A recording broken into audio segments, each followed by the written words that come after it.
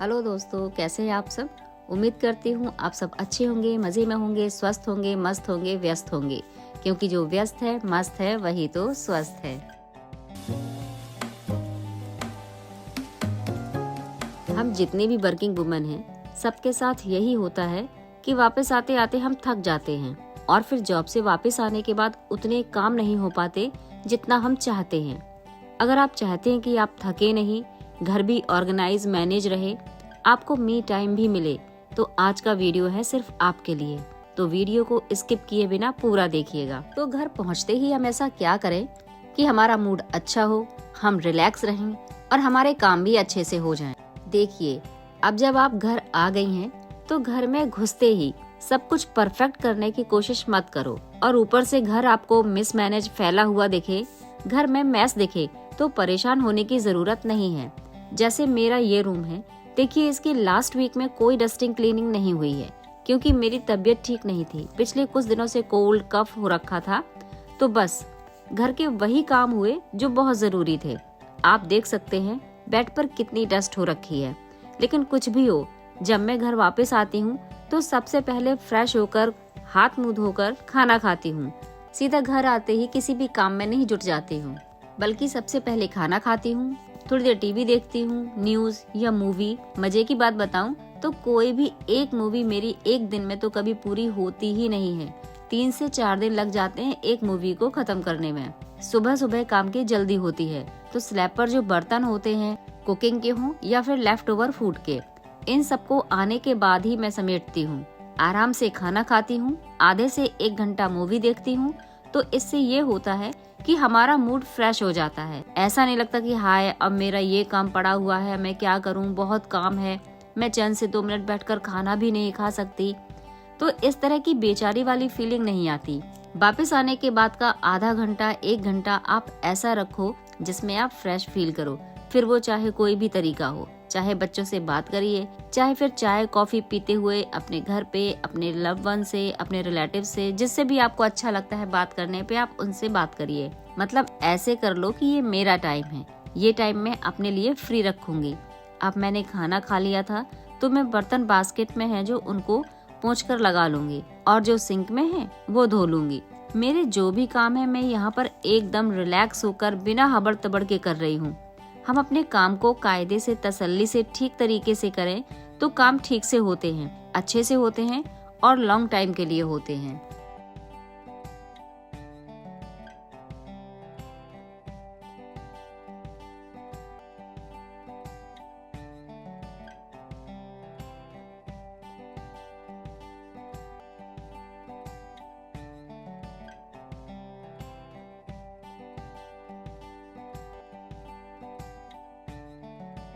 अब मैं इस रूम की बेडशीट चेंज कर रही हूँ। कॉटन की बेडशीट लगी थी, मैंने पिछले वीक इसको हटाया नहीं था। इस बेड पर कोई सोता नहीं है, तो इतनी गंदी नहीं थी कि चेंज करी जाए। बस हम कभी कभार आकर बैठते हैं, तो मैं इस कॉटन की बेडशीट को हटाकर फ्लीस वाली वार्म बेडशीट बिछा रही हूँ। ये वाले काम ऐसे हैं जो सुबह के टाइम नहीं हो पाते हैं। शाम हो रखी है, तो शाम में मैं ना झाड़ू लगाऊंगी और ना ही पोछा, बस चीजों को ठीक कर दूंगी ताकि वो मैनेज और ऑर्गेनाइज रहे। और जो सामने सामने की डस्ट है, जैसे इस बेड के हेड पर जो डस्ट है, उसको बेड सीट चेंज करने के टाइम पर मैं हटा दूंगी। अब सबसे ज्यादा क्लीनिंग या चीजों को ऑर्गेनाइज करने की जरूरत हमें कहाँ पड़ती है। घर के कुछ हिस्से ऐसे होते हैं जहाँ पर आप ज्यादातर टाइम बैठते हैं, अपना टाइम स्पेंड करते हैं, तो वही एरिया मिसमैनेज और बिखर जाता है। तो ऐसे हिस्सों को बार बार ठीक करना पड़ ही जाता है। जैसे एक तो किचन वाला एरिया हो गया।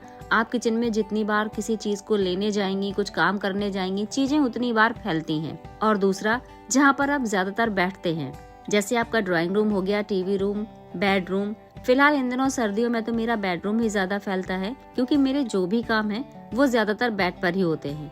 और जब आप बेड पर हैं तो बच्चे भी आपके साथ ही होंगे। तो ये कुछ हिस्से ऐसे हैं जिन्हें आपको बार बार ठीक करना पड़ता है। और अगर बार बार नहीं करते हैं तो फिर 2 से 3 बार तो ठीक करना ही पड़ जाता है। जो भी चीजें बिखरी पड़ी हैं, उनको भी आपको उठाकर उनकी जगह पर रखना जरूरी है, क्योंकि घर में बच्चे हैं, इधर उधर बैठते हैं तो उनकी बुक्स भी बिखरी रहती हैं, या खेलते हैं तो टॉयज इधर उधर रह जाते हैं। खाना खाते हैं या स्नैक्स वगैरह खाते हैं तो बर्तन भी इधर उधर छोड़ ही देते हैं। उन सबको आपको समेट कर रख देना है, या फिर चीजों को उनकी जगह पर रखने के लिए अपने बच्चों को भी बोल सकती हैं, पर आपको बच्चों पर चीखना या चिल्लाना नहीं है। 10 से 15 मिनट के लिए आप एक्टिव होकर अगर ये वाले काम कर लेते हैं तो फिर कभी भी हमें काम को लेकर थकान नहीं होती है। और अगर कभी अचानक से घर में कोई गेस्ट आ जाए तो आपको टेंशन भी नहीं होती है कि पूरा घर गंदा पड़ा है। और इन सब कामों में आपको 5 से 10 या फिर हार्डली 15 मिनट लगेंगे, और इतना टाइम तो हर किसी के पास होता ही है कि वो इन एरियाज की क्लीनिंग के लिए 5 से 10 मिनट आसानी से निकाल पाए। आपका कितना भी बिजी शेड्यूल क्यों ना हो, सिर्फ इतना कर देने से ही आपका घर प्रेजेंटेबल लगने लगता है। अब अगर आप अपने दिमाग में ये बात रखेंगे कि मैं अभी अभी थकी हारी घर आई हूँ, पूरा घर बिखरा है, मिसमैनेज है, गंदा है, क्या मेरा इतना राइट नहीं है कि मैं भी घर आकर रिलैक्स होऊं, तो इसमें इतना परेशान होने की या फिर दिमाग में दुनिया के फितूर लाने की बजाय आप ऐसे सोचें कि ये सब मुझे करना है, इनको ठीक ढंग से कम टाइम में अच्छे से कर सकती हूँ। बच्चे करेंगे या हस्बैंड करेंगे तो शायद वो इतने अच्छे ढंग से ना कर पाए, फिर आपको भी इरिटेशन होगा और बच्चों की मेहनत या हस्बैंड की मेहनत बेकार हो जाएगी, क्योंकि वो उस लेवल की क्लीनिंग नहीं कर पाएंगे जितना आप 10 मिनट में कर सकती हैं, जो वो आधा घंटे में भी नहीं कर पाएंगे। तो इस चीज से परेशान होने की बजाय अपने को ब्लेस्ड समझिए कि फैलाने वाले आपके ही हैं, आपका परिवार है। उस फैले हुए काम को तो आप आराम से समेट लेती हैं, तो इसमें क्या ही दिक्कत है। तो जो काम जरूरी है उनको करिए। मॉर्निंग में क्लीनिंग करना, चीजें ऑर्गेनाइज करना जरूरी नहीं है। मॉर्निंग में जरूरी है आपके बच्चों का टिफिन, उनका टाइम से स्कूल पहुंचना, आपका टाइम से जॉब पर पहुंचना। ये जो काम रह गए हैं ये तो आप बाद में वापस आकर भी कर सकती हैं। तो जो भी काम है प्रायोरिटी वाइज करिए। अगर बच्चों को टाइम से टिफिन ना मिले या बच्चे टाइम से स्कूल ना पहुंचे या आपको जॉब पर पहुंचने में देर हो जाए तो फर्क पड़ता है, क्योंकि ये चीजें दिक्कत कर सकती हैं। लेकिन अगर घर फैला है, किचन फैली है, तो ये बाद में भी सही हो सकती है, इनसे कोई दिक्कत नहीं होने वाली है।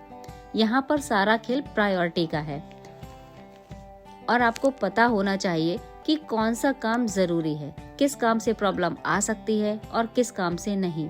आप उसी के हिसाब से काम करिए। तो जो बहुत ही जरूरी काम है, जिनके बिना काम चलना मुश्किल है, उनको पहले करना ही बेहतर है। तो आप प्रायोरिटी वाइज काम करिए, जिससे कोई आपसे ये ना कह पाए कि तुम करती ही क्या हो। और ये कोई आपसे कब कहता है?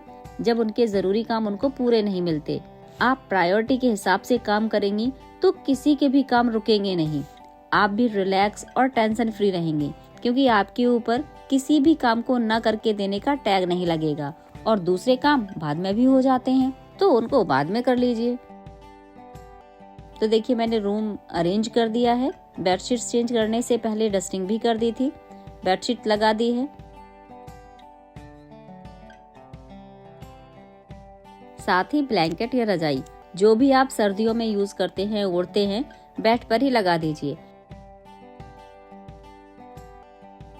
ब्लैंकेट या दोहर टीवी रूम में जरूर रखिए, जहां रूम में आपका टीवी लगा हो, ताकि जब भी आप या आपका कोई फैमिली मेंबर टीवी देखे तो किसी दूसरे रूम का ब्लैंकेट इधर उधर लेकर ना घूमे। तो कोई एक पतला सा ब्लैंकेट, एक दोहर टीवी रूम में जरूर रखिए, ताकि टीवी देखते टाइम वो उसको यूज कर सके। और अगर वहाँ पर छोड़कर चले भी जाएं तो उसी रूम में आप उसको फोल्ड करके रख दीजिए।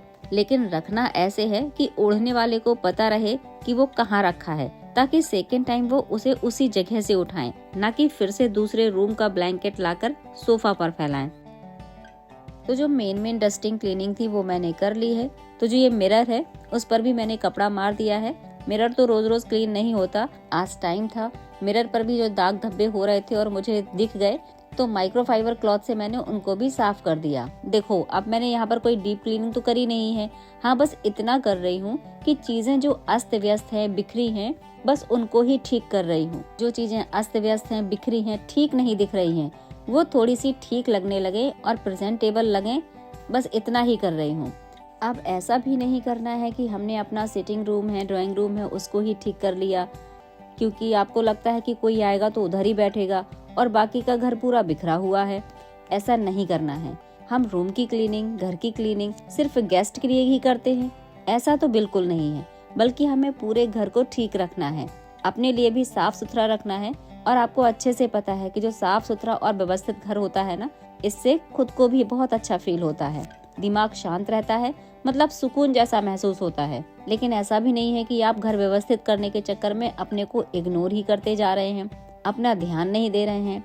वैसे भी जब आप जरूरी काम पर पहले फोकस करेंगे, बाकी गैर जरूरी काम में बाद में, तो थकान और एग्जॉस्ट होने का तो सवाल ही नहीं है। और इतना भी आप अगर घड़ी के हिसाब से काम करोगे ना, तो मुश्किल से आपको 40 से 50 मिनट लगेंगे, पूरा घंटा भी नहीं लगेगा। और अब जो 5:30 पौने 6 का जो टाइम हुआ है, उसके बाद मैं 1.5 से 2 घंटे में करूंगी अपने वीडियोस की एडिटिंग का काम, और साथ ही कल की प्लानिंग भी करूंगी कि कल मुझे क्या क्या करना है। एडिटिंग में मुझे ज्यादा टाइम लग जाता है क्योंकि मुझे यूट्यूब और इंस्टा के लिए भी वीडियोस एडिट करनी रहती है।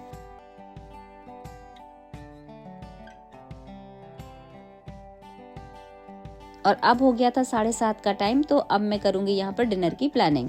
आप अपने काम को देखकर जो फ्रस्ट्रेटेड थी, परेशान थी, तो आज का वीडियो देखकर आपको इतना तो आइडिया लग ही गया होगा कि हम अपने कामों को कैसे बिना फ्रस्ट्रेशन के, बिना टेंशन के, रिलैक्स होके कितनी आसानी से कर सकते हैं।